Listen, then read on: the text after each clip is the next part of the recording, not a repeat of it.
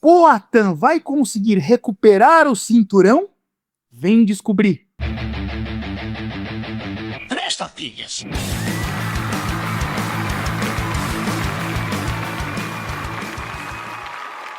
Cavaleiros e brutamontes, donzelas e desdonzeladas, o UFC 320 chegou.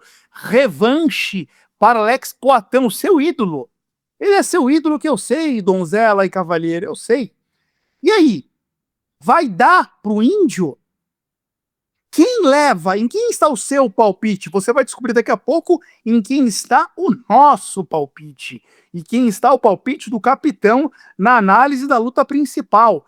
E tem também disputa de cinturão no peso galo entre Merab Dvalishvili, o invencível, e Colt Sanhagen, um desafiante que, já vou dar spoiler, apareceu aí no campo minado de um dos três. Tem alguém botando fé aí que o Merab vai ser destronado.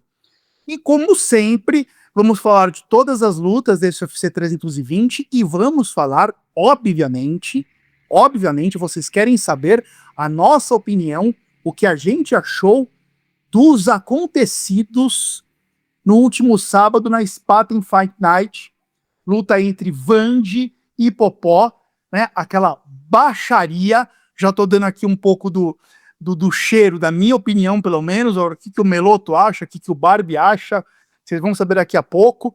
Então já deixa o seu like, porque ele não é importante. Ele é fundamental para um canal tão pequeno quanto o nosso. Por favor, você que está vindo pelo YouTube, deixa o likezinho aqui na confiança.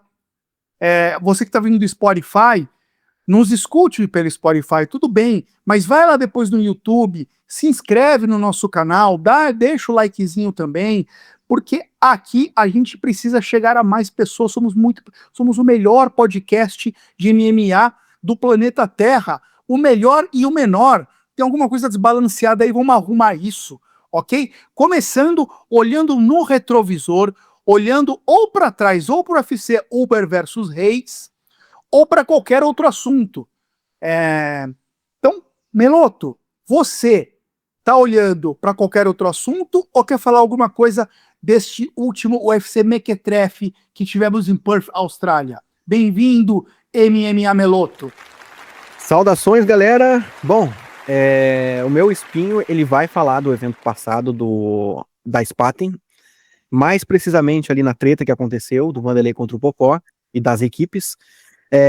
Cara, pra quem não sabe, né, o Vanderlei Silva sempre foi meu lutador favorito desde os tempos do Pride, um cara que eu me espelhava, por incrível que pareça. Eu gostava muito da postura dele agressiva, de ir pro embate, um lutador muito aguerrido, às vezes até fora do cage também. E há 2 meses atrás, eu até alertei aqui, quando casaram a luta do Popó do Vanderlei contra o Belfort, que eu não tinha gostado da ideia, que eu achei, cara, isso aqui vai só sujar a imagem deles, porque eles não estão mais no auge, e não foi o auge, não foi eu não gostei do esporte, das lutas, em vendo lutadores que não estão mais no auge, e sim os caras que estão no auge. Então eu pensei, cara, isso aqui só vai manchar a imagem deles. Só que o que aconteceu no último sábado não foi manchar a carreira deles de forma esportiva, foi uma mancha que ultrapassou tudo, cara. Não é a mancha no cartel, é a mancha como pessoa, como ídolo, como ser humano. Infelizmente, cara, a gente tem que falar aqui, o Vanderlei, o Popó também cometeu erros na luta, cometeu faltas graves, merecia ter punido também, mas o Vanderlei extrapolou, cara. O Vanderlei deu cabeçada, e até me surpreendeu muito, porque ele nunca foi de fazer isso no MMA, ele nunca foi um lutador sujo. Então, assim, se a gente condena lutadores como John Jones, né, às vezes por aplicar golpes ilegais ali, muitas vezes, né, aplicou ali, todo mundo criticou. Tem que criticar agora, tem que falar, cara, foi muito errado. E depois da luta, aí que veio o pior, né? A cereja do bolo ali, pelo amor de Deus, né? Entrar os corners para querer brigar num evento que está sendo transmitido para o Brasil inteiro, né, para o mundo inteiro. Não se faz isso, cara.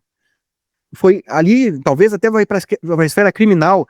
Eu nunca vi isso acontecer. E olha que eu já vi brigas antigas, mas aquela forma, o lutador caindo apagado, não tinha segurança.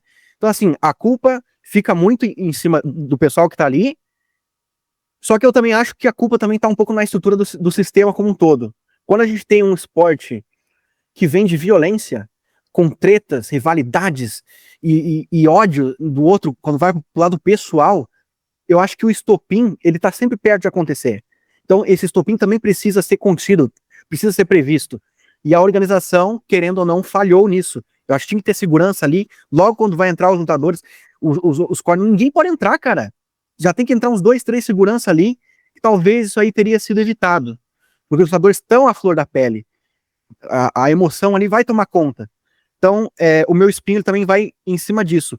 Os lutadores, os corners ali estão muito errados, merecem ser muito criticados. Mas o MMA, o boxe, o esporte de combate como um todo, também tem que ter esse cuidado na hora de vender a luta, sabe? Também não inflamar tanto, talvez, não sei. Alguma coisa a gente precisa olhar para nós também, eu acho. Como mídia também, como imprensa. E até os fãs. Como que a gente está olhando para isso?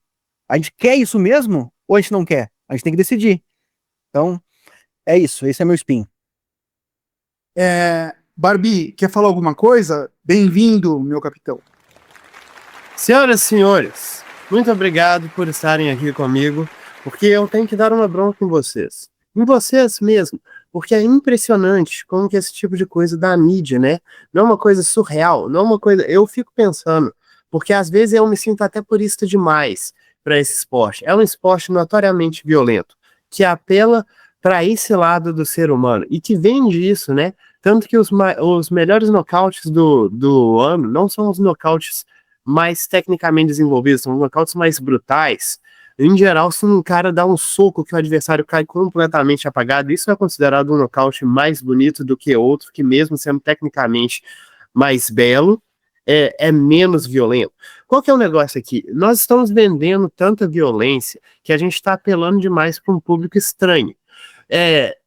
O tanto que essa briga deu mídia, a minha mãe, senhora minha mãe, que eu amo de todo o meu coração, assiste o podcast aqui, nunca falou nada de MMA comigo. A única vez que eu tentei falar minha mãe passar por que eu tentei fazer minha mãe passar por um evento de MMA, foi no UFC que o Minotauro quebrou o braço, Lyoto foi apagado na guilhotina, foi uma vez para nunca mais, sabe? Nunca falou de MMA, muito menos de boxe, que é muito menor no Brasil, e veio comentar comigo a respeito dessa briga. É impressionante como que essa coisa ganha peso, sabe? E não se enganem, é óbvio que se por acaso alguma organização quiser casar outra luta do Popó, outra luta do Vanderlei, isso vai causar muito mais intriga, vai ter muito mais gente assistindo por conta dessa briga, que para mim é uma coisa assim, eu entendo, mas ao mesmo tempo é uma coisa muito insana. Como plateia, nós temos que ser melhores do que isso, né? Ainda mais você entra na internet e tá a gente falando, pô, foi crocodilagem o cara que bateu na nuca, pô, o time do Vanderlei, um bando de crocodilo, pô, o time do Popó, um bando de crocodilo. Todos ali são indesculpáveis. Se ele se meteu na briga, você tá errado, sabe? Eu vou dizer até aqui que para mim os mais certos ali, se é que isso existiu, né? Na hora que estourou a briga, para mim, o mais certo era o Popó e o Vanderlei que estavam tentando separar. E, por ironia do destino, foram os que mais apanharam, né? O Dida, aquele marginal, aquele psicopata que, para mim, deveria estar atrás das barras, assistindo o sol nascer quadrado, aquele criminoso, aproveitou a primeira oportunidade para ir descer a mão no Popó, assim como ele já tinha feito antes no Ultimate Fighter, na frente de câmeras para o mundo inteiro, aproveitou a primeira oportunidade para sair descendo a porrada, tomou uma super bronca. Essa é uma coisa que eu e o nosso careca preferido, Dana White, temos em comum. Nós dois achamos que o Dida tem que estar preso. E aí, como eu estava falando, galera tentando ver quem que estava mais certo. Para mim, só tinha menos errado ali, como eu falei, o Vanderlei e o Popó tentando separar, os dois apanharam pra caramba, um tomou um meteoro de pegas do Dida, o outro foi estirado ali no meio do ringue, tomou um nocautaço, tá aí com a cara super inchada, com uma dor de cabeça incrível, ninguém saiu ganhando, todo mundo perdeu. Talvez quem não tenha perdido muito, de uma forma muito esquisita, tenha sido a patrocinadora do evento, porque eu, para ser sincero, nunca ouvi falar tanto da Spartan quanto eu ouvi depois que essa briga aconteceu. Falam aí que toda publicidade é boa, não sei se é verdade, mas eu vou dizer que assim, o nome está na boca do povo, que você acha disso, compadre? Eu gostaria de ouvir a sua opinião a respeito disso. Eu acho que a marca está tendo uma exposição negativa, ruim. Eu, de verdade, se eu fosse, enfim, isso aí eles vão conseguir comprovar com números, né? Mas se você pensar numa coisa de médio e longo prazo, não é saudável, porque uma marca está associada à desorganização, à baderna, à quebra de regras, à violência, violência assim, sem desassociada de um esporte, né? Olha, eu acho que você e o Meloto falaram muitas coisas, concordo com algumas, enfim, tipo, realmente furo a bolha, absurdamente. Você vê em redes sociais perfis absolutamente aleatórios comentando o que aconteceu. André Dida é um bandido, mesmo, é isso mesmo. Não tem por que ficar buscando palavras bonitas e eufemismos. E eu só queria fechar esse assunto dizendo aí uma coisa pessoal, que esse é o tipo de coisa que acontece que me faz repensar por que eu acompanho MMA, o que, por que eu gosto desse esporte, o que dentro de mim é uma coisa, entram duas pessoas, uma para machucar a outra. Eu já trabalhei isso em algumas sessões com meu terapeuta, e quando acontece uma coisa dessa, me dá vontade de abandonar o barco, assim, de, cara, deixa eu, sei lá, começar a acompanhar futebol americano, bocha, sei lá, me desanima, assim, na verdade não é desanima, me elucida, parece, coloca luz numa coisa que parece que eu não tô enxergando, falo assim, cara, eu sou fã de um esporte em que entram duas pessoas, uma pra machucar a outra, que selvageria é essa? Porque quando tá dentro das regrinhas do UFC, sobretudo, né, que é o maior player, o mais organizado, isso fica meio escamoteado. A gente consegue entender. Agora, quando você vê um Jean Silva, depois da luta, tentando acertar o Diego Lopes, quando você vê o que aconteceu agora no Spartan Fight, eu fico pensando, cara, que ser humano sou eu que gosta disso? Enfim, só um pensamento alto aqui. Barbie, qual que é o teu espinho na garganta? Porque isso aí tudo foi espinho do Meloto. Meu espinho na garganta é interessante, porque ele se trata do evento passado, que a gente tá falando aqui essa questão justamente de regras. Foi uma coisa muito engraçada que aconteceu na luta do Neil Magny contra o Jake Matthews, e eu gostaria de dizer aqui, não nego que existe uma certa dor de cotovelo em ver meu colega Rampazzo ganhando seus pontinhos aí no campo minado, se aproximando aqui do campeão, do líder disparado, seu capitão carisma, o 10º planeta. Mas o que aconteceu foi que no final do primeiro round faltava. Não tão mais disparado assim. Daqui a pouco a gente vai ver como é que tá a pontuação. Continua. Eu olhei para trás e eu não vi você ainda. Mas daqui a pouco talvez você chegue lá. Mas enfim, o que aconteceu na luta, que eu achei. Foi estranho. Obviamente o Neil Magny ganhou pelos seus méritos ali, finalização no terceiro round. O que aconteceu no final do primeiro round, para mim, que foi uma coisa. Faltavam o quê? 10 segundos pro round terminar, quando o Jake Matthews encaixou uma guilhotina. E aí, o juiz encostou neles, faltando acho que 3 ou 4 segundos. O Jake Matthews achou que a luta tinha sido interrompida. E para todos os efeitos, eu realmente achei que o juiz tinha interrompido a luta naquele momento. Faltava Assim, um segundo. fala comigo. Faltava 1 segundo. Faltava 1 segundo. Ok, porque para mim o negócio aqui não é muito você ter. Eu não achava que a luta seria interrompida. Tipo assim, eu não achava que o Neil Magny ia dar os 3 tapinhas, eu não achava que ele ia pagar no tempo que faltava. A questão é muito mais que o juiz não pode fazer uma besteira e voltar atrás em termos de interrupção de luta, sabe? Exatamente o que ele fez. Foi exatamente o que ele fez.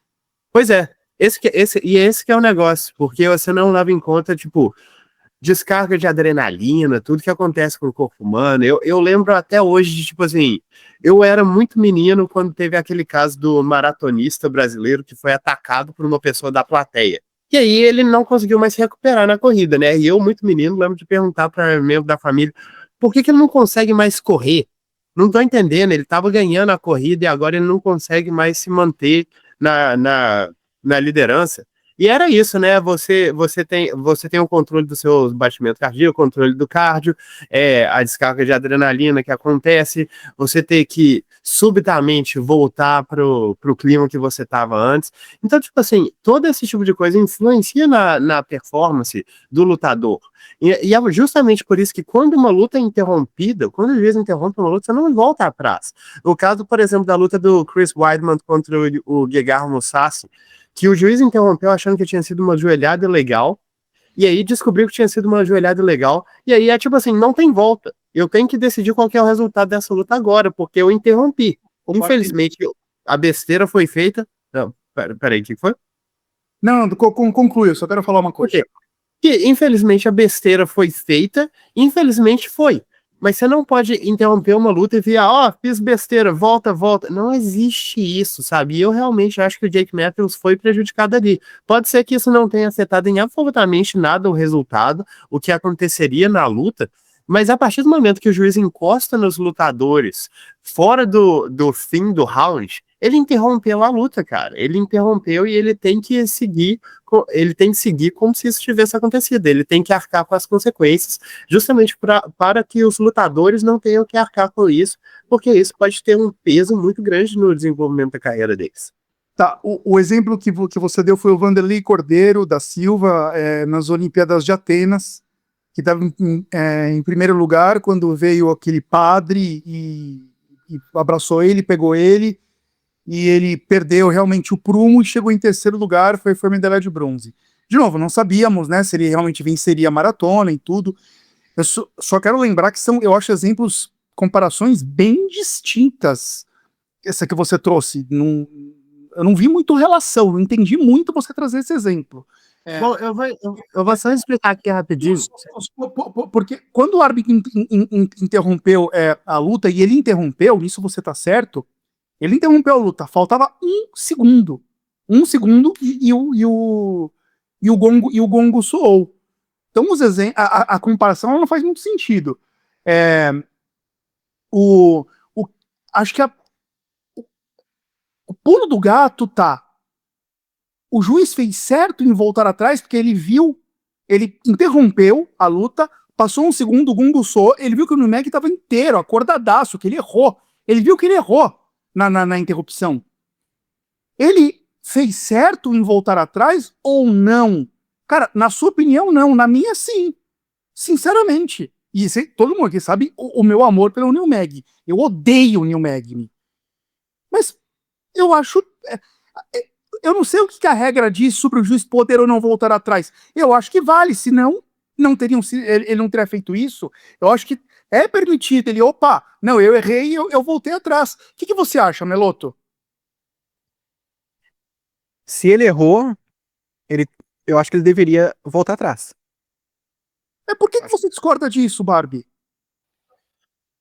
Aqui, eu teria que dar uma olhada rápida nas regras, mas pelo que eu me lembro das regras, o negócio não é que ele não... Bom, meio que o negócio é esse.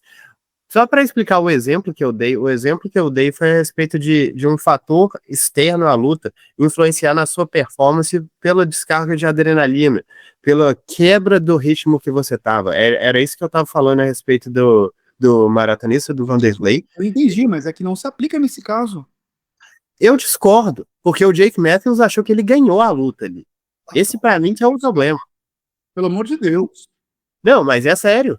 Porque, tipo assim, porque se você for pegar em caso, por exemplo, do Anderson Silva ou do Toquinho, que eles interromperam a luta. Parar com o exemplo do Vanderlei Cordeiro. Tipo, Mas a comparação aqui foi só pra. Porque eu achei que ele ganhou a luta por um segundo. Mas não era essa a questão. A questão aqui é como que isso afeta. tipo assim, a descarga de adrenalina que afeta o seu corpo, e por uma coisa que não foi você que fez. Eu sei que é uma comparação, tipo assim, distante. O que eu tava usando era só eu, moleque, tentando entender como que aquilo causou o Vanderlei de perder a sua capacidade atlética naquele momento, sabe? Ele não conseguiu recuperar a forma que ele estava. Mas em relação à interrupção, a voltar atrás, eu acho que é ilegal voltar atrás. Eu realmente acho, eu posso estar errado aqui, mas eu acho que pela regra, se o juiz interrompe uma luta, ele não pode falar não interrompi. Volta todo mundo, sabe? Eu acho que isso pode. Eu concordo. Nesse Pois é, sentido, sim. então é isso, porque o juiz, ele tentou fazer como se ele não tivesse interrompido. Ele tentou fazer como, na verdade era só o fim do round, galera, era só o fim do round, presta atenção nisso não. Eu acho que, tipo assim, prejudicaria todo mundo, claro. E eu não tô querendo dizer que o juiz interrompeu a luta, ele tinha que ter decretado a derrota do Neil Magny, ele tinha que ter visto a besteira e falado, essa é uma luta sem resultado, porque eu fiz a besteira, sabe? É pela regra, se eu não me engano aqui, é isso que tinha que acontecer. Já tiveram outros casos de juízes fazendo besteira nesse nível, e em geral é isso que é decretado. É isso que eu acho que deveria ter acontecido. Entendi. Com base na regra, mas talvez. Exato, Né, com base na regra. talvez a gente questione isso. Talvez a gente questione a regra. Eu acho que se a regra permitir que o juiz volte atrás, e ninguém tem certeza que isso é permitido ou não, vamos deixar isso claro, ele agiu dentro de todas as regras e agiu bem, porque ele viu que ele errou e conseguiu a tempo consertar um erro. É tipo um VAR, né? Checagem de vídeo. O cara não bateu, então volta a luta, cara. Aliás, o VAR existe no MMA. O VAR existe no MMA há muito tempo. Porque eu lembro que uns 3 tapinhas, que nem chegaram a ser 3, talvez, que o Chael Sonnen deu no Anderson Silva, uma luta que, se eu não me engano, aconteceu em 2011. 2012, a revanche. Não, a primeira luta. A primeira, 2010. Luta. Foi em 2010.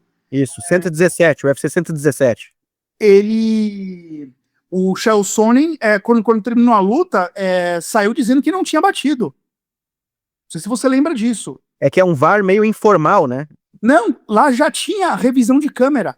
Já tinha. Leandro Luciano Andrade falando isso na transmissão. Falando assim, já está valendo, tipo, o árbitro pode olhar o vídeo e ver que ele bateu. Isso lá em 2010, hein? Já existe 15 anos atrás. Então. Mas eu acho que é esse que é o negócio. É que, tipo assim, imagina que nesse ano 2010, se o árbitro olhasse o vídeo, depois de tudo, a luta foi interrompida e tal, e ele concluísse que o Sonnen não bateu, ele não poderia voltar à luta. Eu realmente acho que, pela regra, ele não poderia voltar à luta. Ele teria que continuar a partir dali. Eu lembro do caso do Kevin Holland. Mas ele voltaria atrás na decisão da vitória pro Anderson. Esse é o ponto. Sim, isso com certeza. Mas é isso que eu tô falando, que tipo assim, ele interrompeu dando vitória pro Jake Matthews naquele momento. Viu que o Magny tava acordadão e falou, não foi vitória do Jake Matthews porque não tinha justificativa para dar vitória para ele naquele momento. Mas a interrupção foi feita. Luta sem resultado, sabe? Eu lembro da luta do Kevin Holland contra o Kyle Dawkins, que rolou uma cabeçada ilegal, acidental, que causou toda a sequência que levou à finalização, e o juiz viu a cabeçada depois, no replay, mas aí ele viu a cabeçada e falou, luta sem resultado, eu sei que eu não vi na hora, mas aqui eu tô voltando atrás, mas ele não poderia ter voltado à luta, tipo assim, vamos fingir que tudo isso aqui não aconteceu, isso não existe. Se é pra voltar atrás, é no contest, e não continuar a luta, né? Pois é. É isso que tu acredita que tem que ser, né? Bom, eu acho que é isso que a regra determina. Eu acho que é justamente por isso que o juizão chegou lá e falou: não, galera, era o fim do round, eu não interrompi, não. O que não foi aplicado no último sábado. Estamos de olho. O meu espinho na garganta é sobre o UFC Casabranca, que, ao que tudo indica, de fato vai acontecer o ano que vem. Saiu recentemente o Dana White divulgou recentemente um projeto de como ele vai operar e montar toda a logística no Jardim da Casa Branca com a plateia, com arquibancada para 5 mil pessoas, é o que está previsto. E nessa mesma semana foram divulgadas imagens da Ronda Rousey treinando e declarando que está voltando a pegar o gosto e o amor pela luta e pelo MMA. E aí tem muito burburinho dizendo que ela vai estar presente neste card do UFC Casabranca, que, repito, ao que tu me indica, de fato vai acontecer. O projeto está em andamento. E eu quero deixar já aqui o meu palpite, porque eu cravaria que a Ronda, se realmente voltar, e parece que vai voltar, voltaria contra a Miesha Tate, que é uma adversária histórica dela, que ela já venceu, se não me engano, 2 vezes. Exato. 2 ou 3, 2. 2 finalizações com os cabos de braço. 2 armlocks. E uma adversária vencível para a Ronda, né? Porque também não está em boa fase, também é uma lutadora mais velha. Acho que seria um ótimo casamento de lutas pro retorno da Ronda. O que você acha, Meloto? Se é pra Ronda vencer, eu também acho. Agora, não sei o que vai acrescentar, porque pode ser que só manche as 2 vitórias anteriores, né? Eu acho que seria melhor se ela enfrentasse a Holly Holm, que daí ela poderia vingar aquela derrota. Que Holly Holm, gente, É que a Holly Holm na Casa Branca, né? Mas é aquele contrato de uma luta só, igual o Jeremy Stephens. Que isso, gente? Vocês estão falhando em Eu nem entender. quero ver isso, tá? Só tô dizendo. Eu vou te falar o casamento perfeito. Querem ver a Ronda voltando? Eu quero. Cara, assim, beleza, tá? Mas nada de que vai ser campeã de isso, Pelo amor de Deus. entendeu? Aquele hype esquece hype. Não quero ouvir essa palavra. Ronda Rousey. Imagina a Ronda e Kayla. Que isso? Eu vou te contar o que deveria acontecer. Não sei se vai acontecer. Evento na Casa Branca, você pega a Ronda, o ícone dos Estados Unidos, do estilo americano de viver, defendendo essa administração de Donald Trump, e coloca contra a filha de imigrantes, Juliana Penha. Olha só, vende 40 milhões de ingressos. Mas assim, Contra quem, Barbie? Eu não ouvi. Juliana Penha, a filha de imigrantes. cara, você tem que abrir o card principal, cara. Você não me coloca como atração principal, não. Pelo amor de Deus. Não, a atração principal vai ser John Jones, ou McGregor, ou um dos dois, hein? É John Jones e Poatan. Ronda Rousey, Juliana Penha, e aí vai ser aquela coisa. E tipo assim, eu vou te dizer que mesmo a Juliana Penha sendo muito mais ativa neste momento, eu acho uma luta extremamente vencível para Ronda em qualquer momento, porque a diferença em termos de nível de quedas e grappling, para Ronda pegar uma chave de braço ali, mesmo mal treinado do jeito que ela deve estar, eu acho que não custa nada não, viu? Enfim, aguardem cenas do próximo capítulo. Eu confesso que estou interessado nesse UFC Casabranca. É tão bizarro, é tão absurdo um presidente abrir a casa dele para um evento de MMA que mexe com os meus antepassados antropológicos aqui. Então, sempre que tiver alguma atualização, eu prometo trazer para vocês aqui. E bora seguir, finalmente, olhando agora para o UFC 320. Ankalaev versus Pereira. Né? O jogo mudou. O campeão é o russo. O campeão é o Magomed. Meloto, eu tenho uma pergunta capciosa para você. Você já escutou aí o Malvado sorrindo? E eu quero te perguntar o seguinte. Você veio, Meloto, do futuro. Então, se você veio do futuro, você tem que cravar. Esquece o muro. Se o Poatan perder pro Ankalaev neste sábado, qual será seu próximo passo e a sua próxima luta?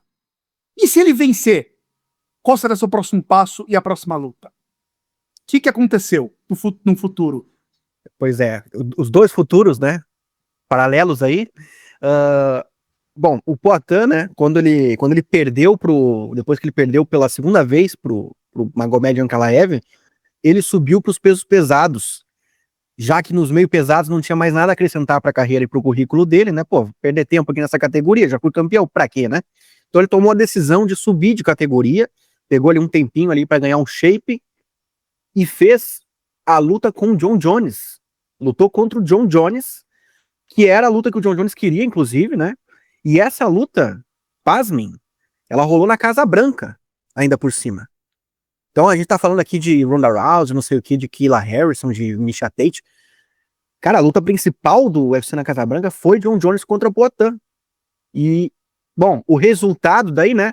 Eu não sei se vocês vão estar preparados para isso, mas eu posso também dar esse spoiler. O John Jones acabou finalizando o Alex Poatan.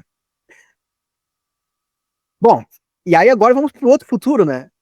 O Poatan ganhou o cinturão do Ankalaev, nocauteou, inclusive, nocaute brutal, vingou a derrota. E depois o que ele fez? Bom, ele acabou defendendo o cinturão dele mais uma vez. Ele resolveu continuar fazendo história na categoria dele, enfrentando o Carlos Ulberg. Que daí até chegou a rolar um bafafá, pô, mas o Ulberg não merece tanto. Ou o Giro Prohaska aqui com o nocautaço que ele aplicou no Khalil Contri. Pois é, mas não adiantou. Quem mereceu mais na visão do UFC foi o Carlos Ulberg. Tinha aquela narrativa de ser o parceiro do Adesanya, né? E aí rolou a luta do Poatan contra o Carlos Ulberg. Vocês querem um spoiler disso também? Bom, infelizmente não é tão agradável, tá? O Poatan acabou sendo nocauteado pelo Carlos Ulberg. Cenas lamentáveis, né, para todos os fãs do Poatan, mas infelizmente eu trago essas notícias aí para vocês. Muito bem, Mark McFly chegou chegando, contou tudo pra gente o que aconteceu, não fugiu da raia, não fugiu da pergunta capiciosa. Sua vez, Barbie, escuta aí, ó. Sorriu pra você, El Malvado. Merab Dvalishvili, Barbie, vai bater o recorde de defesas de cinturão do peso galo e se firmar como o maior peso galo da história? Acho uma excelente pergunta. Eu vou dizer assim, o recorde de defesa de cinturão nos pesos galos no UFC são 3 defesas. Falta uma. Que é justamente essa próxima luta contra o Corey Sandhagen, mas eu vou dizer assim, e a sequência do Merab, até levando para o cinturão, ela já depõe muito a favor desse posicionamento dele como o maior galo da história, né? Antes mesmo dele conquistar o cinturão, ele já tinha passado o caminhão em uma grande parte da categoria, que é, na minha opinião, a categoria mais cheia de talentos do MMA atual inteiro, e tranquilamente a melhor categoria dentro do UFC, novamente, na minha opinião, mas eu acredito que seja uma opinião bem tranquila de se defender. Como seus concorrentes principais, a gente tem TJ Dillashaw e Dominick Cruz. Dominick Cruz que já teve... Bom, Dominick Cruz, se a gente contar as defesas que ele fez no WSC, ele tem uma defesa a mais, sabe? Seriam 4 no total. Ele teve que largar o cinturão, nunca perdeu o cinturão, e tem uma defesa a mais contra o Uriah Faber. Eu acho que nós três concordaríamos aqui que o maior peso galo da história hoje é o Dominick Cruz. A gente tá pronto para dizer que o Merab é maior que ele? Eu vou dizer assim, que mais 2 lutas no máximo, e eu acho que fica uma coisa até indiscutível, pelo peso dos lutadores, tipo assim, a forma que ele tá dominando a categoria mais complicada de se dominar, na minha opinião, tipo assim, imagina só a sequência do cara que vai emendar, tipo assim, Petrian, Henry Cejudo, Sean O'Malley, o Marlon Magomedov, Corey Sandhagen, provavelmente o Marlon Magomedov numa revanche também. Essa é uma sequência absurda, sabe? Essa chega a ser uma sequência fora da realidade para um lutador. E o cara tá com performances cada vez mais dominantes, cada vez melhores. Se ele realmente conseguir emendar mais 2 lutas aqui, considerando quem serão esses nomes, né? Vai ser o Corey Sandhagen, possivelmente. Vamos pensar quem seria o próximo adversário aqui. Eu acho que o mais provável seria uma revanche ou contra o Petrian ou contra o Marlon Magomedov. Não sei quem. Mas vencendo qualquer um desses, eu acho que é muito difícil você querer colocar o Dominick Cruz acima dele. E olha que eu sou muito fã do Dominick Cruz. Muito fã. Mas esses nomes são absurdos. A sequência do Merab é uma coisa absurda. É uma coisa completamente fora do normal. Então eu acho que sim. E bora para o Rampazzo Reage, com Fabiano Rampazzo. Olha aqui, selecionei um comentário dele, do Vicente Flá. Abre aspas. Sempre soube que esse hate do Rampazzo no Magni era uma idolatria enrustida. Hoje está comprovado pelo campo minado. Se você está redondamente enganado, eu vou te explicar qual que é a minha estratégia. Em alguns casos, não é a primeira vez que eu fiz isso, e eu não faço isso tão raramente. Isso o quê? Do que eu estou falando? Eu escolho um campo minado de alguém para vencer, de alguém que eu quero que perca. Porque, assim, de um jeito ou de outro, eu tenho um consolo. Então, assim, tipo, se a pessoa. Se o lutador perde, eu perdi o campo minado, mas, cara, putz, mas eu. Ainda bem que esse cara perdeu. E se ele ganha, que pra mim seria uma tragédia, porque eu não tava torcendo pra ele, alguém que eu realmente não gosto, puta, pelo menos bater os pontinhos do campo minado. Foi o caso, Vicente. Foi o caso. Eu estava torcendo contra o New Magni. Ele não estava nem aí para odd de 4.0. Não estava nem aí. Eu estava torcendo contra. Eu não me vendo tão fácil. Não me vendo tão fácil. Mas o canalha finalizou, venceu. Ao meu ver, como eu falei aqui, justamente, eu acho que, na minha opinião, o juiz acertou em voltar atrás. Essa é uma polêmica, se a regra permite ou não. E depois ele foi lá e finalizou, e eu torcendo contra, torcendo pra ele perder, acredite, Vicente, acredite. E, puta, que merda, tá, mas pelo menos bateu os pontinhos ali. E de novo, tá? Isso não raro eu faço isso. Eu não vou ficar falando todas as vezes que eu faço isso aqui, que eu não quero ficar dizendo, ser tão imparcial, ficar dizendo pra quem é minha torcida com tanta frequência assim. E vamos voltar agora a falar do UFC 320, Ankalaev versus Alex Poatan Pereira. Eu começo dando uma nota de corte para este evento, mas antes cabe recapitular, né, que no UFC Mequetrefe e Perth, Uber versus Reyes, eu tinha dado uma nota de corte 2. Eu achei um evento okzinho, ficou entre 1 e 0. A nota final eu dei nota 1. Nota 1 pro evento. Sobretudo por conta da última luta, que foi mais excitante e surpreendente do que eu imaginava. Para este evento UFC 320, eu analisei bem o card, ficou ping-pongueando na minha cabeça a nota de corte e eu decidi dar uma nota 7. Um bom card, um ótimo card. Um ótimo card, né, Meloto? Vamos começar pelo card preliminar. Que horas começa o evento, Meloto? E qual a primeira luta deste card preliminar que eu estou dando nota 7 de corte? Então, galera, o evento é previsto para começar às 19 horas no horário de Brasília e a primeira luta é entre a Veronica Hardy contra a Brogan Walker. Verônica, para quem não sabe, era a Verônica Macedo de antigamente. Ela já tá há 9 anos no UFC, nem parece, né? Mas já tá há 9 anos no UFC. Tem média muito baixa aí de luta, uma luta por ano, mais ou menos. E aí se casou com o Dan Hardy e mudou de sobrenome, né? Adotou o sobrenome do marido. Em termos técnicos, é uma lutadora que tá evoluindo bastante. Se você pegar a primeira luta que ela fez no UFC, é outra lutadora. Tá mais completa, tá com poder de nocaute. Eu acho que venceu nomes também muito melhores em termos do momento, tá? E agora eu vou falar sobre a Brogan. Para quem não lembra, vice-campeã do TUF 30, perdeu para Juliana Miller na final. E a Juliana Miller, por que eu vou falar dela? Porque eu acho que ela é o balizador dessa luta. Ambas lutaram com a Juliana. A Hardy venceu numa decisão, controlando, e a Brogan perdeu nocauteada. Então isso depõe muito contra a Brogan.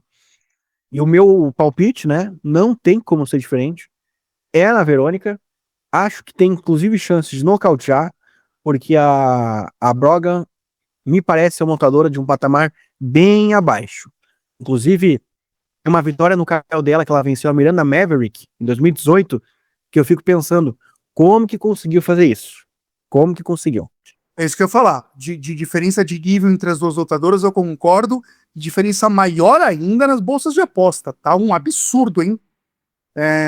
Tá pagando muito mesmo. Será que alguém vai na Brogan de Campo Minado? Não sei. Na sequência, Meloto, a gente tem o Ramiz Brahmad contra o Austin Van der Voort. 2 americanos, luta válida pelo peso meio médio. E aí, Melo?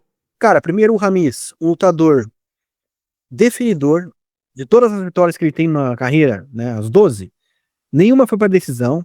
Ele tem 11 finalizações e um nocaute, ou seja, um cara que busca o jogo de quedas, busca as finalizações, guilhotina, né, ele vem de 2 performances da noite no UFC, então ele tá buscando agora a 3ª vitória em 2025 para encerrar o ano aí com chave de ouro, se é que talvez não lute de novo.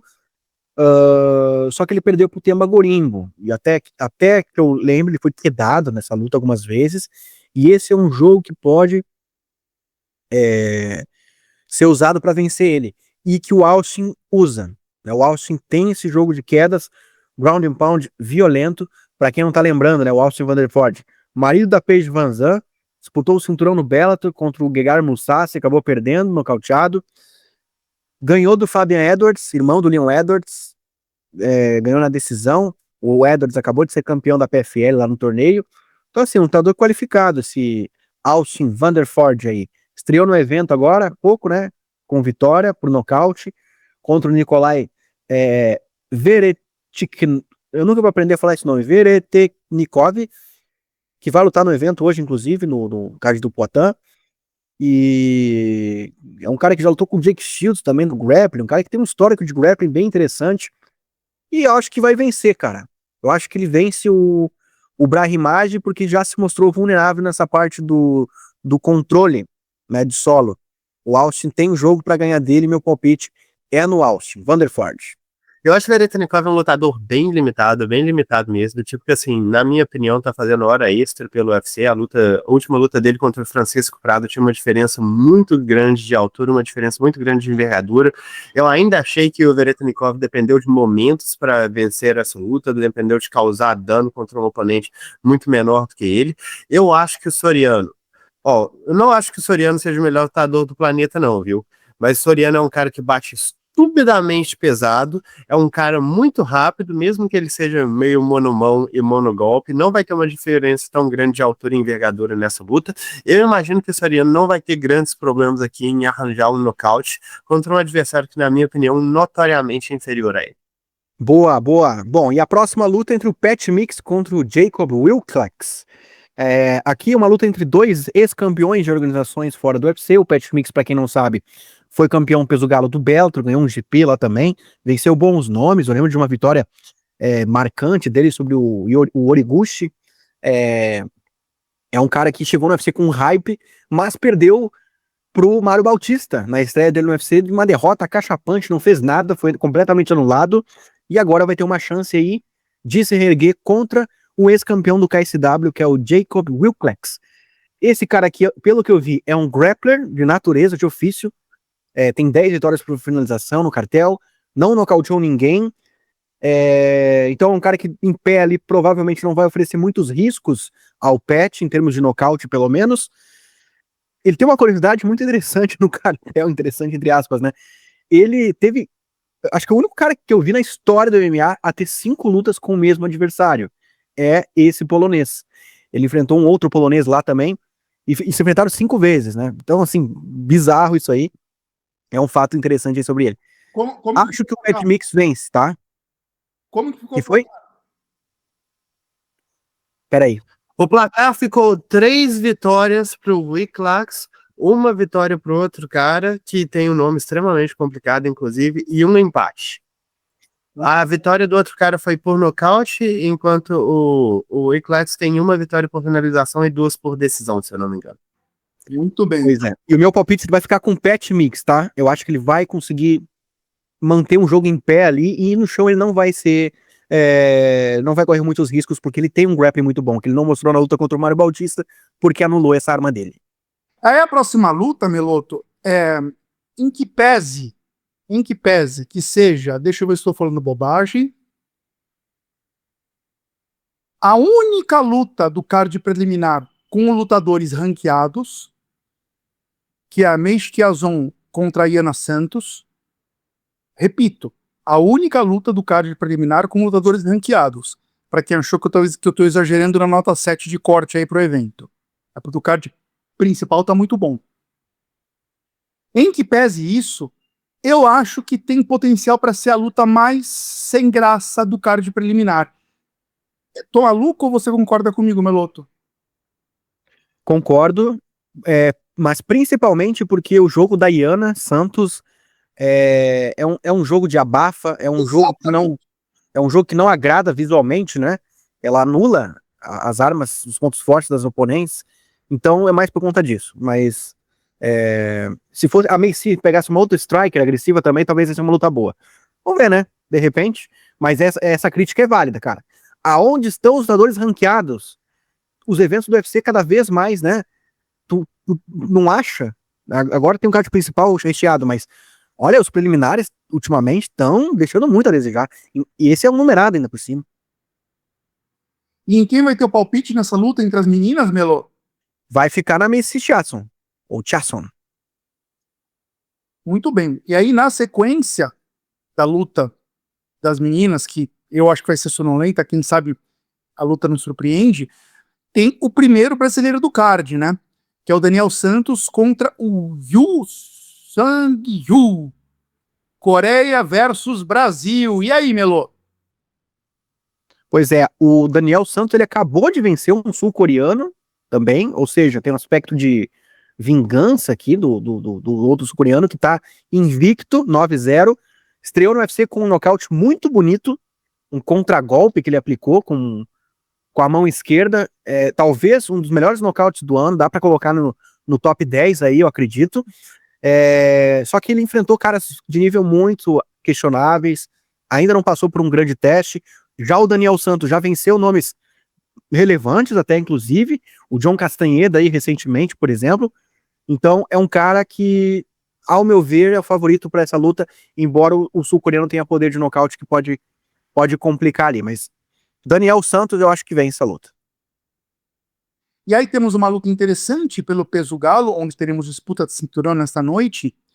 Cris Gutierrez versus Farid Bashará. Barbie, Farid Bashará é invicto, certo? Sim, ele é, neste momento, o Basharat bom. Invicto, né? O Meloto, muito favorito o Bashará. Agora, o Cris Gutierrez é luta dura, hein? O que você tá achando dessas odds e qual é o teu palpite para essa luta? Então, Farid Bashará, né, enfrentando o Cris Gutierrez numa luta mais dura, eu diria, do que as casas de apostas estão apontando, um favoritismo de 1-4. Eu acho que não é para tanto, tá? Embora eu considere o Farid, sim, o favorito. O Farid, um cara mais de grappling, né? Um cara mais voltado a decidir as lutas no chão, porque em pé ele tem um nocaute só na carreira, em 13 lutas. Vem de 4 vitórias no evento, nunca perdeu, né? Só que o que eu percebo no currículo dele? Ele tá enfrentando lutadores de nível inferior a cada rodada que passa. Ele começou vencendo o Demon Blackshear, depois venceu o Clitson Rodrigues, depois venceu o Taylor Lapilus, depois venceu o Vitor Hugo. Sabe? O Demon Blackshear foi o primeiro da estreia dele. Os outros 3 na sequência eu nem sei mais se estão no UFC. Então, isso aqui é um alerta, tá? Porque o Cris Gutierrez, por mais que talvez seja inferior, mas ele é um striker, né, de natureza, que não costuma vender barato as suas lutas, não, cara. Todas as derrotas dele foram na decisão. Aliás, uma delas foi por finalização, mas faz tempo, tá? Foi 2018, contra o Raoni Barcelos. Depois, meu filho, ninguém finalizou e ninguém nocauteou esse homem. Os únicos que venceram ele de 2019 pra cá foram o Pedro Munhoz e o Yadong Song, lutadores duros. O Cris Gutierrez tem 10 vitórias no UFC. Então, embora eu considere sim o Farid o favorito e aposto nele, porque eu acho que é um lutador mais empolgante, com potencial de finalizar, pelo menos, nocautear ele não nocauteia tanto, mas de finalizar o Chris, cara, talvez não é pra tanto esse favoritismo aí que estão apontando pro Farid. O cartel ali, o 0, do lado do 14, ali do lado do 13, né, que tá 13-0, talvez tá influenciando essas odds. Bom, seguindo aqui, Melo, a gente tem o Edman Shabazian, um ex-hypado, contra o André Muniz, sejamos justos, outro ex-hypado pela mídia e pelos produtores de conteúdo brasileiros. Dois ex-hypados. Quem leva, Melo? O André Muniz vai ganhar essa luta, por incrível que pareça. Zebra? Eu acho que ele é zebra. Eu acho que ele é zebra. Não. Não É. Ele é e não é pouca coisa. Ele é bem zebra nas casas de aposta. O Shabazz é um entregador de paçoca, né, cara? Começa bem no primeiro round, explosivo, poder de nocaute, mas sempre cede. Quando chega no segundo round já começa a diminuir o ritmo. Na última luta, fazer uma justiça aqui, até ele correspondeu bem nesse sentido, né? Não sei se vocês estão lembrados aí, mas ele foi bem nesse sentido. Contra o Petroski, ele foi bem. Mas do outro lado também não tinha um cara tão bom, né? No gás. Se o André conseguir fazer um jogo de grade ali, de grappling, eu acho que o André vence e meu palpite vai ser no André. Então deixa eu jogar uma batata pro Barbie aqui, porque é o seguinte, eu fiquei muito inclinado em ir no campo minado no Sergipano. Já tô dando spoiler aqui que não fui, mas eu titubeei muito, cocei muito a cabeça. Ele era um dos 3 que eu tava querendo muito ir e não fui. Então eu entendo o que o Meloto falou, mas com odds iguais, preto no branco, tipo, para efeito de palpitão no canal Contragolpe, o meu palpite vai no Shabazian. Barbie, a gente vai do que no palpitão? Eu acho que a gente vai de Shabazz no palpitão. Eu não tiro a razão do Meloto em duvidar do Shabazz. Eu acho ele um lutador bem complicado de se apostar, mas da mesma forma eu tô achando o Sergipano cada vez mais complicado. Ele tá se mostrando muito vulnerável em termos de trocação, tá se mostrando não ter um cardio tão bom assim. Não que isso vá ser o diferencial nessa luta, mas não conseguindo colocar essa luta para baixo para colocar o seu excelente jiu-jitsu logo de cara, e tendo que trocar com um cara que chuta melhor do que ele, que bate extremamente pesado, que é excelente manipulador de distância. Tipo assim, o Shabazz tá vindo de uma luta contra o André Petroski, que na minha opinião é um wrestler muito melhor do que o Sergipano, pelo menos na parte de conseguir quedas. Então eu fico mais pelo Shabazz aqui, torcendo contra. Mas Sergipano é do meu estado, mesmo que ele chame Sergipano, ele é do meu estado. Ele é do Canadá? Ó, você me respeita, seu vagabundo.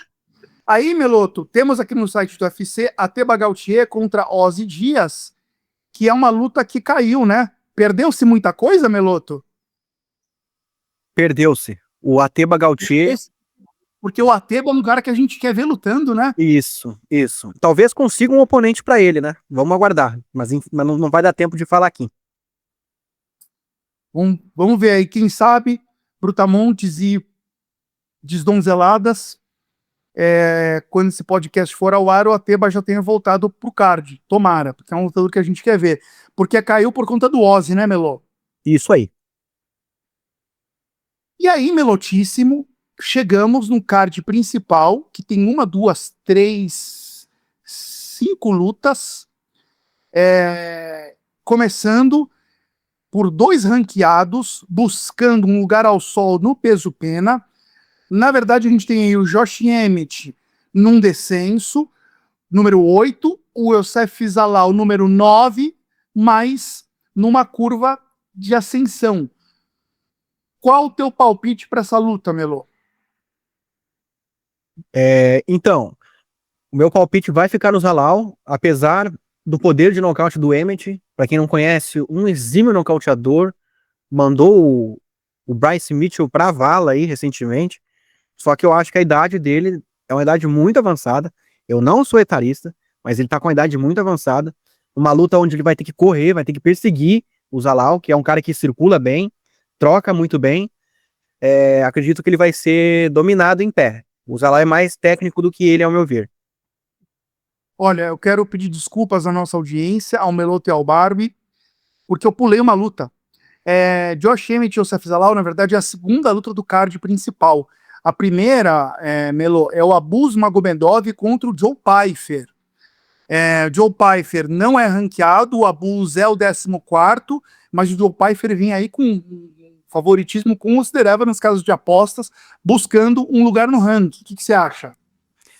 O Pyfer, pra mim, é o favorito mesmo. É um cara mais talentoso, mostrou valências em pé, poder de nocaute, um bom wrestling. Acho que ele vai ter um jogo que não vai permitir que o Abus anule.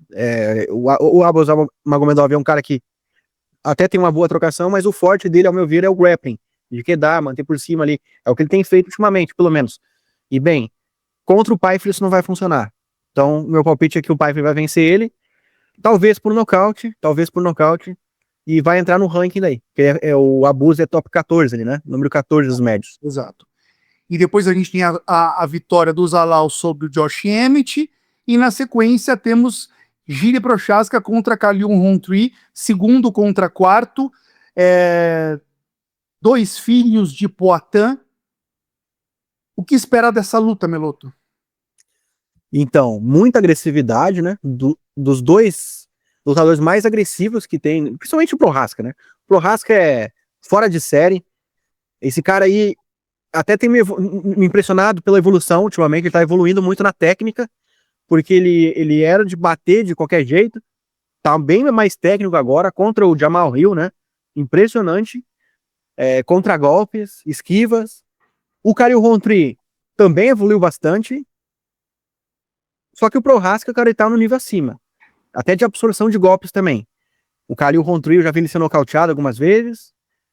Agora ele já tá entrando numa descendente, eu acredito. A qualquer momento ele vai decair. A idade dele já não é das menores. Então eu acredito que o Prochazka vai vencer nocauteando, porque na hora de bater ali, ele vai ser o que mais vai aguentar. Então acho que ele vence por nocaute. Barbie, concorda que o Prochazka vai ser do Rountree? Eu concordo no geral, mas assim, eu acho essa uma luta mais complicada, porque toda luta do Prochazka a gente meio que tá testando ele, testando quanto que o queixo dele tolera contra alguns maiores pegadores da categoria. Nesse caso, é um cara que bate igual um cavalo, tá demonstrando uma boa técnica de trocação, mais condicionamento físico do que a gente esperava, bons chutes baixos também. O que eu acho que vai pegar aqui é que o Prochazka, ele não só tolera muito pancada, mas ele também coloca pressão. Ele faz o adversário se exaurir no processo de bater nele, sabe? Então eu acho que é essa pressão que eventualmente vai esgotar o Rountree. E eu sei que a gente fala muito isso, mas eu acho dificílimo ver essa luta indo para decisão. Eu acho que um dos dois morre e eu acho que vai ser o Rountree. E aí chegamos no Common Event. Eu quero ouvir o senhor João Menegatti Barbie sobre a luta de Merab Dvalishvili versus Corey Sandhagen. Quem leva essa luta e por quê, Barbie? Pô, então eu tenho que apostar aqui no Dvalishvili, embora eu vá dizer aqui que eu acho que o Sandhagen está trazendo problemas únicos para esta luta, porque o Sandhagen é um anti-wrestler melhor do que a maior parte dos que lutaram contra o Merab até o momento, né? Porque ou no caso dele, não é simplesmente uma questão de ele defende quedas bem, porque ele defende, mas a questão não é nem essa, a questão é que ele consegue criar scrambles, ele consegue rolar no chão com os adversários, se colocar em posições de vantagem, não deixar que eles estabilizem, e principalmente ele consegue não deixar a montanha russa acontecer. Ele pegou até o mar no Magomedov, e mesmo que ele tenha saído com uma derrota ali, a derrota não ocorreu por conta de wrestling. O que, assim, é um problema, mas ao mesmo tempo é uma coisa boa, se a gente fala dessa luta em específico, porque se o wrestling do Merab for completamente anulado, eu acho complicado de ver ele levando uma vantagem muito significativa contra o Sandhagen na trocação. O Sandhagen, no seu auge, sempre foi um tornado de ofensiva, e no momento ele tá lidando com oponentes que estão deixando ele mais desconfortável em ligar esse modo ventilador. Ventilador, assim, eu digo num sentido extremamente amplo. O Sandhagen é obviamente mais contido do que isso, é um cara que bate das duas bases, tem bons jabs, ótimas combinações, golpes no corpo, chutes baixos, chutes altos, chutes rodados, joelhadas voadoras, um dos poucos caras no MMA que eu confio para dar joelhadas voadoras, inclusive meu próprio amigo Meloto aqui estava comentando a respeito das joelhadas voadoras do Sandhagen. E o negócio aqui, é difícil controlar ele no chão, é difícil colocar ele para baixo, é difícil cansar ele. O Sandhagen sempre teve um cardio muito acima da média também. O negócio para mim é que eu acho difícil ver o Sandhagen impondo a sua vontade nessa luta. E foi isso que fez ele perder contra o Marlon Magomedov. É esse o motivo que eu acho complicado ver ele vencer nessa luta, é que ele tá tentando ser muito defensivo nessas últimas performances, não tá tentando se impor tanto, ele tá tentando lidar com o que vem do outro lado. E você fazer isso contra um cara como o Merab, que se baseia em ser o primeiro a atacar, em ter a ofensiva, em conseguir impor o seu ritmo, porque ele sabe que ele nunca vai cansar, eu acho que é um jogo muito, muito errado. Eu acho que o Sandhagen vai trazer problemas únicos para essa luta. Eu acho que ele vai ganhar alguns rounds, inclusive, mas eu acho que ultimamente o jogo ele vai deixar o Merab se impor em cima dele. Eu, inclusive, acho que assim, eu comentei que o Sandhagen vai levar uma vantagem em pé, mas eu acredito que o Merab vai conseguir diminuir essa diferença em pé só através do volume de quedas, do poder de nocaute. Eu sei que ele não nocauteia as pessoas, mas ele obviamente bate forte só pelo fato dele jogar o corpo inteiro quando ele bate. Eu acho que ele vai conseguir diminuir essa distância através do volume que ele impõe e deixando o Sandhagen mais tímido para utilizar suas armas. Então, meu palpite vai no Dvalishvili, torcendo pro Sandhagen, porque sempre gostei desse lutador, quero muito que ele seja campeão, foi a minha aposta no ano passado. E é isso aí, vamos que vamos. Cavaleiros e Brutamontes, donzelas e desdonzeladas, chegamos na análise principal da luta principal deste UFC 320, revanche entre Magomed Ankalaev e Alex Pereira. O índio, o Poatan, tentando reaver seu cinturão, né, este ídolo nacional, né, já teve seguidores de Três Tapinhas que nos deixaram, que eram inscritos aqui, nos deixaram, porque não conseguem ouvir duras verdades e críticas sobre Alex Poatan. Outros tantos rebateram a gente, mas entenderam os argumentos e continuam aqui. E o que vai acontecer nessa luta? Vamos começar falando, Barbie, do desafiante. Alex Pereira, o Poatan, ídolo nacional, ídolo da grande parte dos nossos 761 inscritos. Quem é este Alex Pereira que vai entrar contra o Magomed Ankalaev neste sábado? Vai fazer o que de diferente? Como você imagina o jogo do Poatan para essa revanche contra o Ankalaev, Barbie?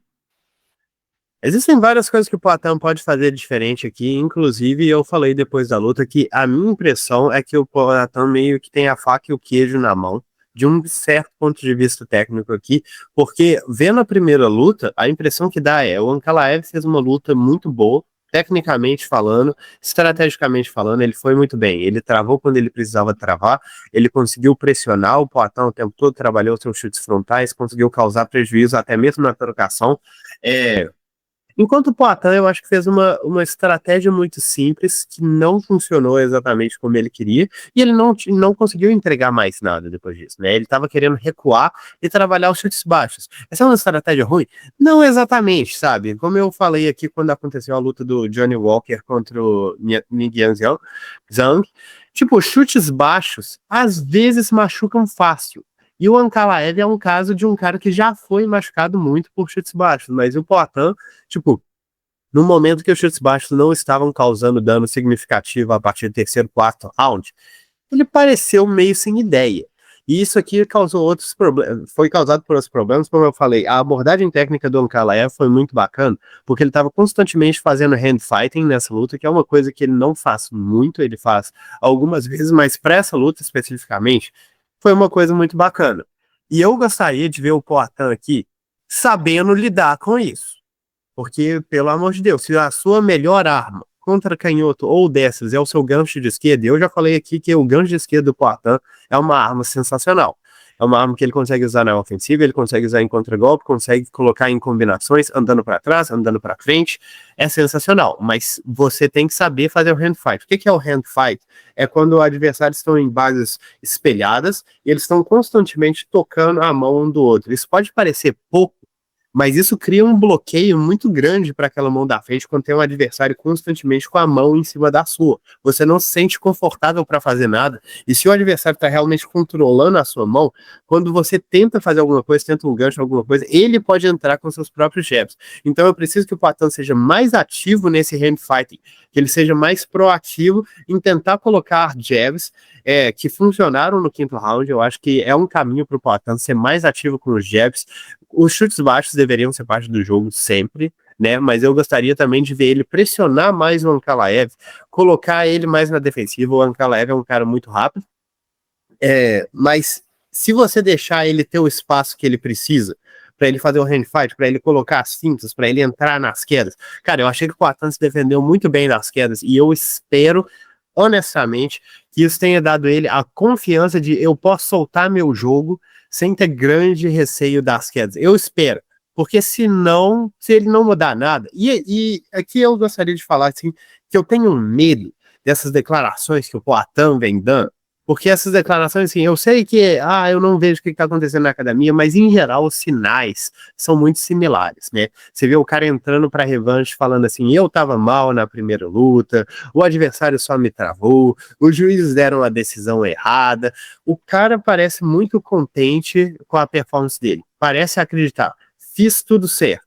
Obviamente isso não é 100% dos casos, mas muitas das vezes que o cara acha que ele não fez nada de errado, ele também vai não mudar o que ele fez. Que para mim é extremamente perigoso, né? Porque eu acho que o Ankalaev, cara, o Ankalaev só tem a crescer com o tipo de performance que ele teve. Ele fez uma performance estrategicamente muito boa. O Poatan não fez. Ele tem que andar mais para frente, ele tem que colocar mais jabs, ele tem que trabalhar pelo menos um pouco mais de combinações. Eu sei que isso não é muito que o Poatan faz, mas seria interessante fazer contra o Ankalaev. Isso aqui, novamente. A gente está falando do Poatan, eu acho que eu não preciso explicar para ninguém quais são as qualidades técnicas dele. Eu não estou querendo falar nada, eu não estou querendo que o Poatan se torne um lutador diferente. Eu já vi ele fazendo todas essas coisas, só que a estratégia dele contra o Ankalaev foi extremamente simplista e acabou não funcionando. Eu preciso que ele maximize as chances dele de vitória. Eu preciso que ele tire esse controle que o Ankalaev teve em cima de todas as interações de boxe. E isso é uma coisa que o Poatan consegue fazer, porque eu já vi ele fazendo. Então, é isso que eu gostaria de ver ele fazendo nessa luta. Eu gostaria de ver ele trabalhando mais jabs, trabalhando mais golpes no corpo, andando mais pra frente, colocando chutes baixos. É isso. Barbie, do outro lado a gente tem o Magomed Ankalaev, que wrestler, em que pese que seja um wrestler do Daguestão, não precisou disso para vencer o Poatan na primeira vez.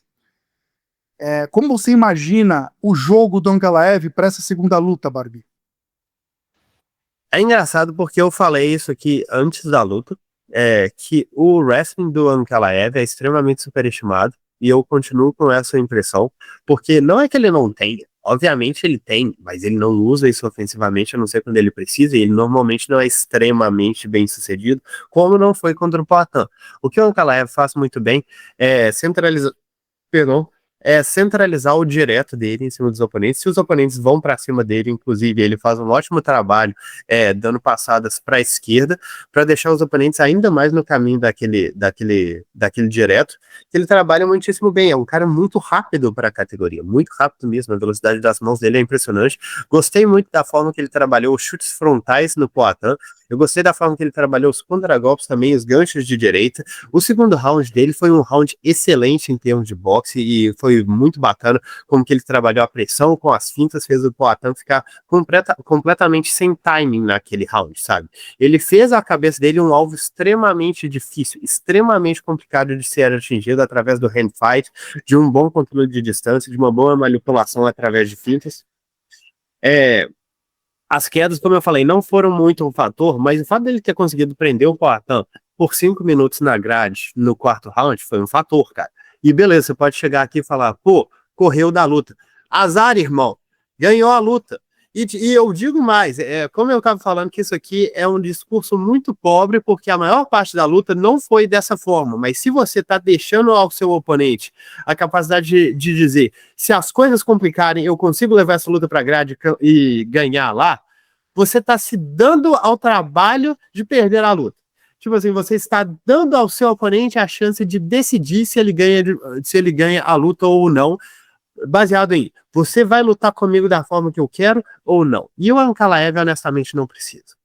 Mas, em geral, ele luta, só para pensar. Ele é mais trocador mesmo, e eu acho que ele vem para trocar.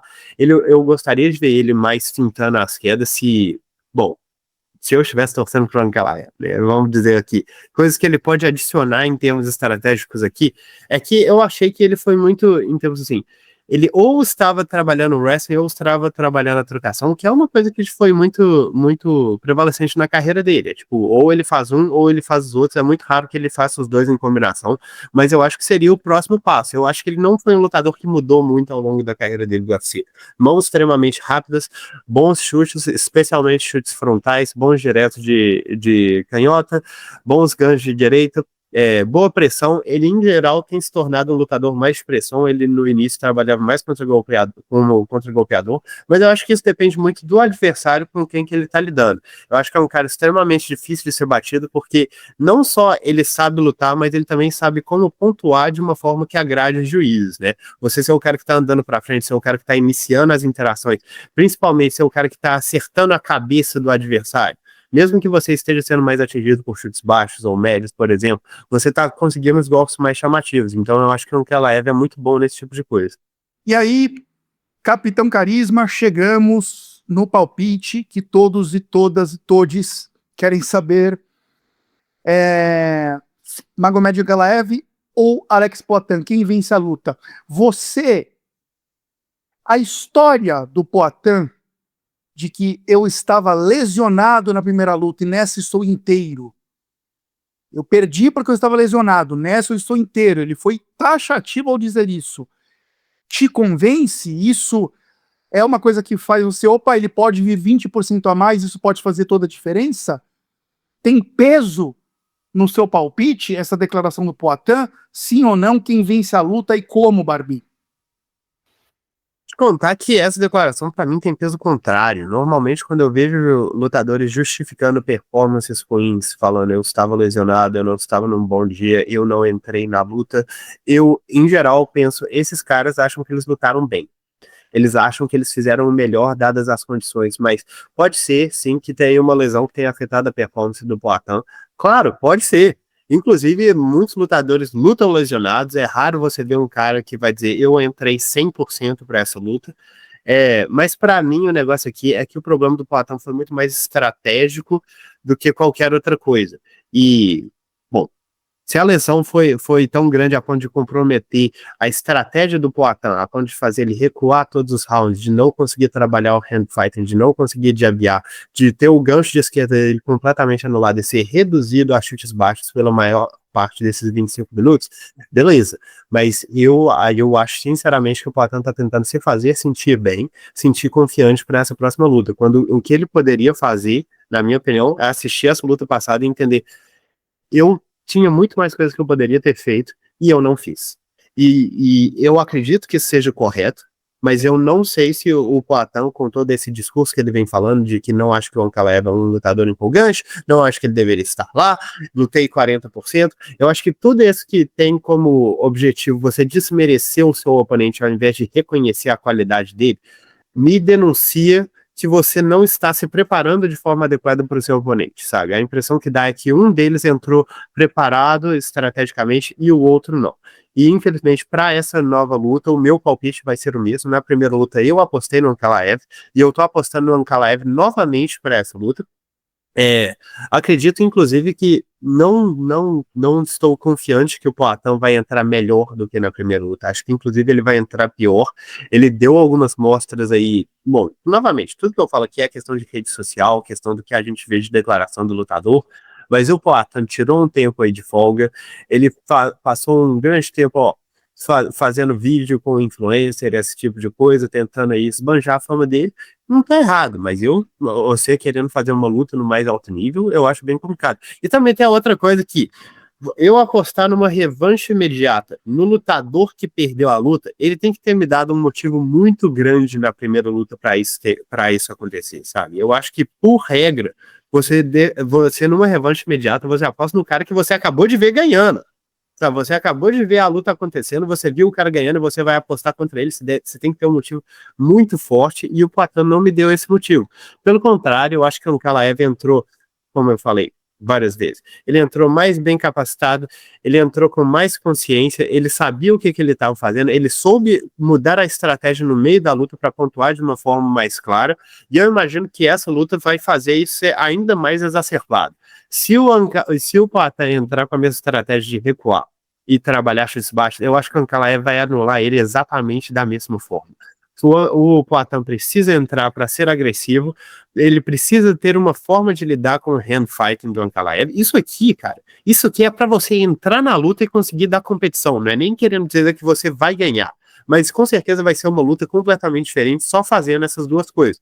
Mas eu acredito que o Ankalaev tem um queixo superior ao Poatan, já se mostrou capaz de anular as melhores armas do Poatan, até mesmo os chutes baixos não foram extremamente efetivos, e isso aqui ele podendo adicionar mais armas, né? Como eu falei, mesclando as quedas, é uma coisa que ele nunca fez, mas ele poderia fazer. Eu acho que ele conseguiria uma vitória ainda mais acachapante em cima do Poatan, então o meu palpite está sendo o Magomed Ankalaev, torcendo contra, mas eu não tenho como ir contra os fatos.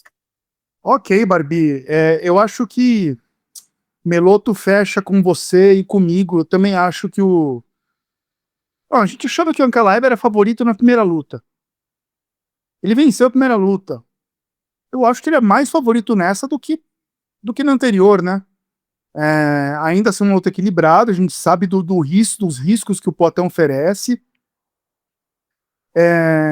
Virou um lutador de MMA, né? Não é só um trocador.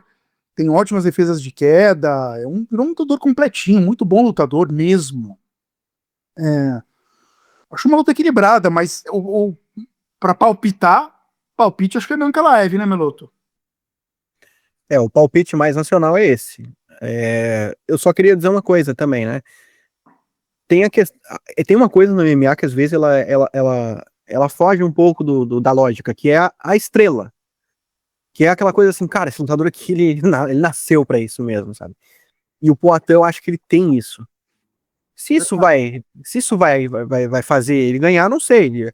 Esse Igor que tá falando agora, ele não foi no futuro ainda, esse é o do passado. Mas, assim, o Poatan ele vai vir mais agressivo nessa luta, é o que ele vem dizendo e é o que ele precisa fazer, porque na primeira luta, pô, travou demais ali, né? E como ele vai vir mais agressivo, eu acho que ele vai acabar dando mais brechas para os contra-ataques do Ankalaev. Geralmente é isso que acontece. E aí o Ankalaev vai ter mais espaço para jogar os golpes dele e também quedar o Poatan, que é uma coisa que ele não conseguiu na primeira luta. Então, baseado nisso, assim, eu acho que a gente vai ter um desfecho, assim, vai ficar claro, sabe, dessa vez a vitória, vai ficar muito claro, sabe, vai ser uma coisa assim, o cara vai ser nocauteado e é isso. Eu acho que vai ser assim que vai acabar essa luta. E o meu palpite vai no Ankalaev, porque é a passagem de bastão natural. Eu acho que é isso que tá acontecendo nesse momento. Tá com cara de ser uma luta mais aberta mesmo, com um nocaute para um dos dois lados.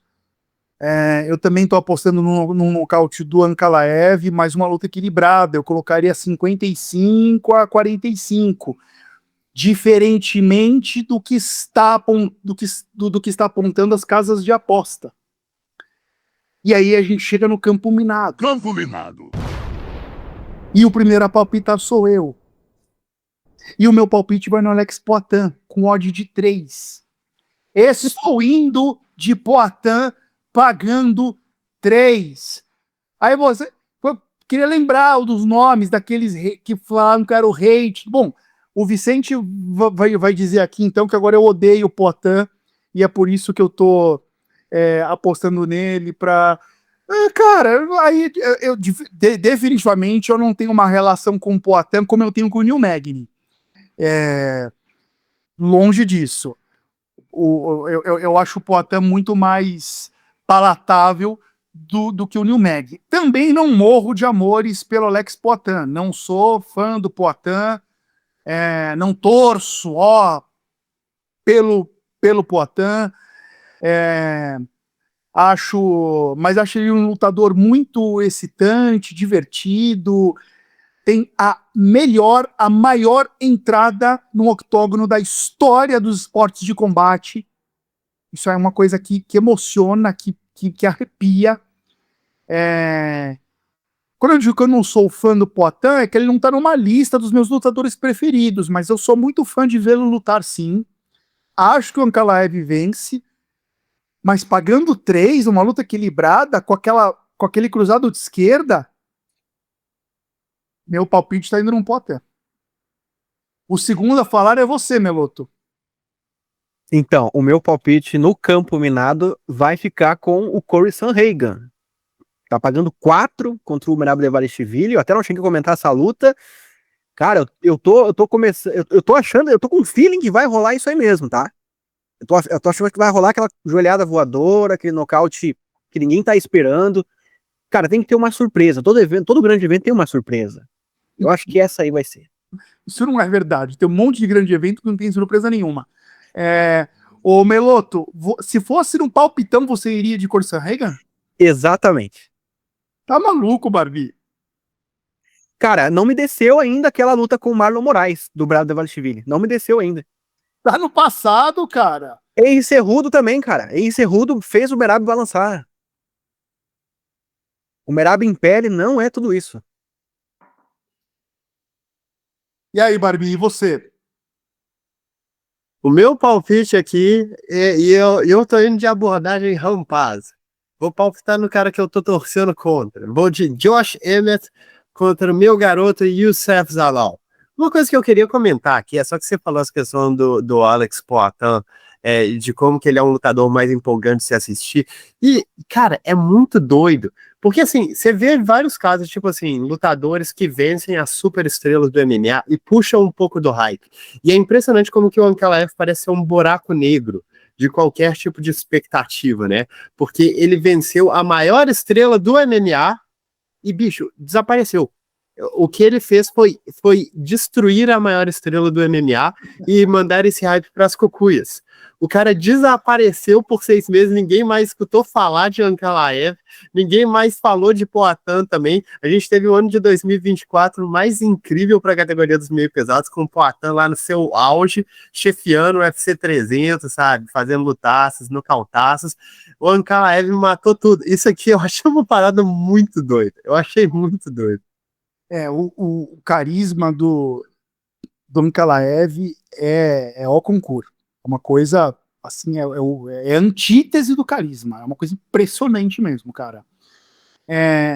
Como lutador, eu acho ele até um pouco injustiçado nas opiniões. Ele tem desempenhos, ele finalizou lutas, nocauteou.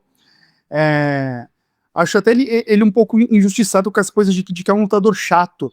Mas não é excitante como o Poatan, enfim, não tem os highlights do Poatan e não tem o magnetismo e o magnetismo do Poatan é muito interessante, né? Porque ele é um cara introvertido, né? Ele simplesmente tem uma coisa meio natural dele e começou a aprender a jogar o jogo da atenção nas redes sociais. É isso. Assim como o Merab Dvalishvili também, né, ultimamente, tem feito isso bastante com vídeos e tal. Vídeos dele mais voltados a meme e tal, né? E até aí tá um indício, ó. Tá muito estrelinho o Merab Dvalishvili. Enquanto fica gravando o vídeo lá, o Corey Sandhagen tá treinando.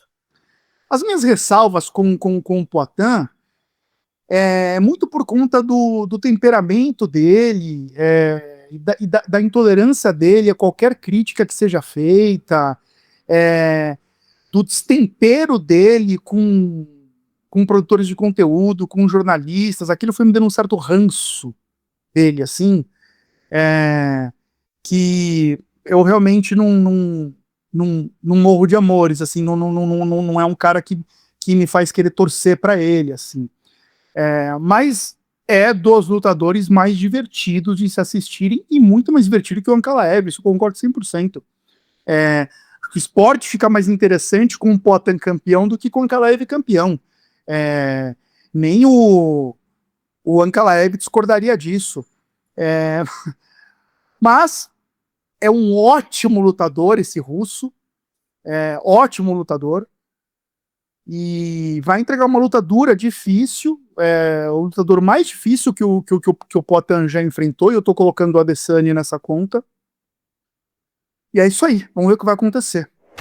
Não vamos sair e deixar o campo minado sem passar pelo recap do que aconteceu no último evento, cavaleiros e brutamontes, donzelas e desdonzeladas. Cadê o Barbie? Cadê o Barbie que sumiu? Volta aí, canalha. Olha o que aconteceu no último evento. Meloto foi de Luma Luke Bonmi vencendo Alexa Tainara, crente que ia bater. Quen pra ele. Barbie foi de Rodolfo Belato contra Navarro Stirling, crente que ia bater quen pra ele. O resultado tava escrito antes da luta. Choro é livre. O único que chora aqui é o Barbie. E aí, Rampaz, o terceiro a escolher. Comprou o juiz. O terceiro a escolher. Eu fui no que sobrava, no que restava. Aí eu olhei pra foto do Neil Magny, aquele vagabundo. Eu falei, esse cara, se ele ganha a luta dele, vai me fazer tão triste, eu preciso de pelo menos um consolo. Pô, tá pagando R$4,50? O quê? E o Magny? E o cara finaliza, Vicente Flá. O cara finaliza, cara. Então, uma súbita arrancada de Rampazzo no campo minado, ultrapassei Meloto, deixei Meloto para trás. Temos hoje Barbie com 12,10, Rampazzo no retrovisor do Barbie com 9,06 e o Meloto lá atrás em último, no lugar que cabe ao Meloto, né? 7,6 em terceiro lugar. Tá, eu só quero dizer uma coisa, esse idiota aí, ó, deveria ser grato, o Neil Magny deveria ser o lutador preferido dele a partir de agora. Que ingratidão, cara. Não tem vergonha disso? De dizer que odeia um lutador e que faz ganhar ponto aqui? Eu já te falei, eu não me vendo fácil, cara. Não me vendo fácil. Não vem querer comprar meu voto com dinheiro, não me vendo fácil. O meu senso de justiça e nobreza tá acima de qualquer campo minado. Então, cara, beleza, os pontos vieram, mas o meu hate continua. Acreditem se quiser. E chegamos, no empacotamento desta edição de 3 tapinhas. Resenhamos muita coisa, passamos pela Spaten Fight Night, passamos pelo UFC Mequetrefe e Perth, dissecamos este UFC 320 Ankalaev versus Pereira, e agora, no tapinha de despedida, temos o quê? Começa você, Meloto, qual é o teu tapinha de despedida? Cara, eu vou dar um tapinha nas costas. De um cara que a gente não tá falando muito aí, e assim, até não sei se a galera conhece ele, mas é que ele tá fazendo bastante sucesso no Japão, que é um lutador de MMA também, que é o Roberto Satoshi. Defendeu o cinturão dele no Rising lá, agora recentemente. Encheu a arena lá. Cara que tá vencendo várias lutas e ele lutou com o Charles do Bronx, já no Jiu-Jitsu, tem uma história com o Charles do Bronx. Diz ele que venceu o Charles no Jiu-Jitsu 6 vezes. Não tem registro disso, não tem vídeo disso. Mas é um brasileiro que tá, saúda um cara desse aí porque tá sendo valorizado, tá sendo reconhecido lá no Japão. O Rising tá fazendo eventos cada vez mais grandiosos. Tá fazendo um sucesso tremendo lá. E é isso, um brasileiro lá que tá representando o nosso país muito bem, tá sendo um bom exemplo, ele é um verdadeiro artista marcial mesmo. Então é isso, tapinha nas costas dele, esquecido pela mídia aí no Brasil. Muito bom, tapinha dado. E esquecido pela mídia, mas não pelos 3 tapinhas, tá aqui relembrado e citado o Satoshi. Barbie, qual é o teu tapinha de despedida, por favor? Tá bravo? Tá amoroso? É claro que eu tô bravo.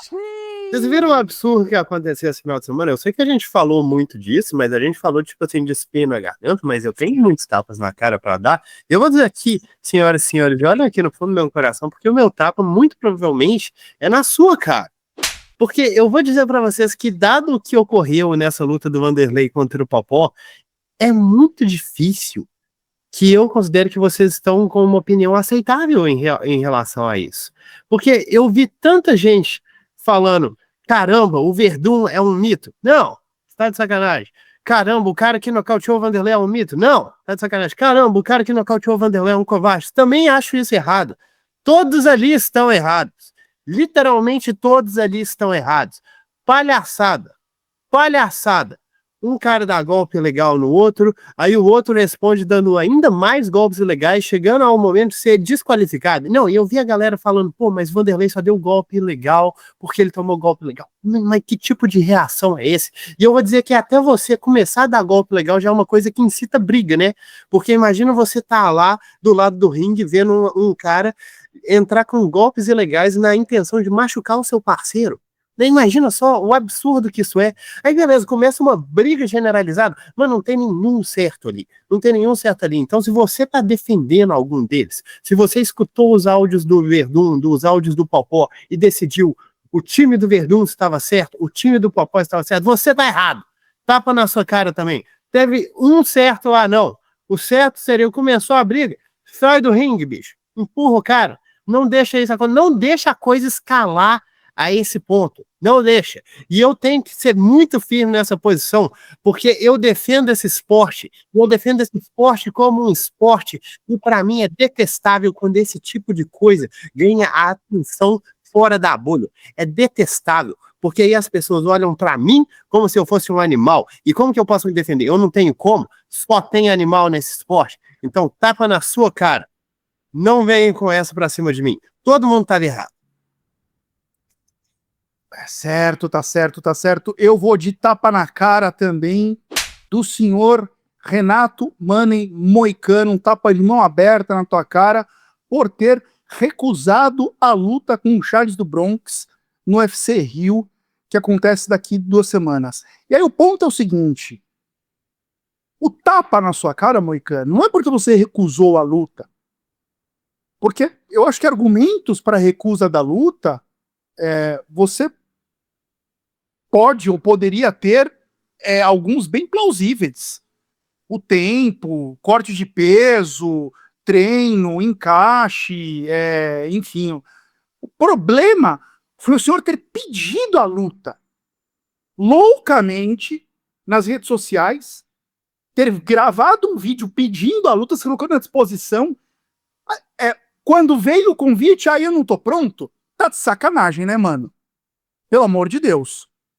Continue produzindo conteúdo aí no teu canal, seja feliz, parabéns, mas tapa na cara por ter sido vagabundo nesse episódio. Pelo amor de Deus. Ah, faz mal ao Aue, grava videozinho, quer luta, aqui é Money Moicano, aqui é Money, e aí recusa. E vou mais longe, foi burro de recusar. Burro de recusar. Porque a gente tá falando de um lutador, Charles do Bronx, que já tá mais velho, um encaixe não tão ruim assim pro Moicano, uma baita exposição pro Moicano ganhando ou perdendo, porque a obrigação de ganhar seria do Charles. Então assim, errou em ficar pedindo a luta e depois recusar, e ainda jogou fora um bilhete premiado, na minha opinião. É isso, tapa na cara dado, tapas todos dados. Vamos ver o que acontece neste UFC 320, finalmente um UFC numerado, estávamos com saudade. Será que chegaremos aqui na quinta-feira que vem com o Poatan campeão?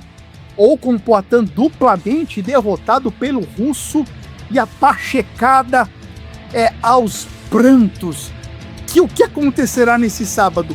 Um grande beijo no coração de vocês. Até quinta que vem. Abraço. Presta, filhas!